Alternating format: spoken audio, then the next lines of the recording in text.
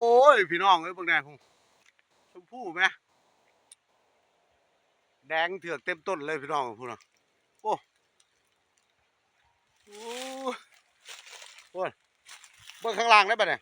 โอ้หล่นร่วงหมดเลยพี่น้องเอ้ยพุ่น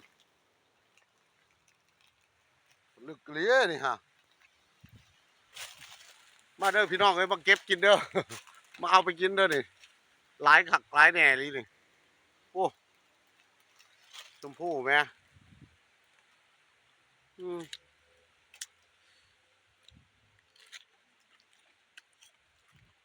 หวานหวานพี่น้องโอ้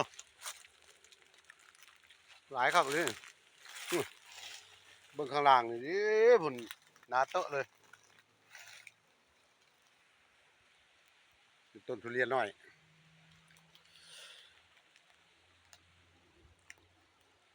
เอ้าพี่น้อง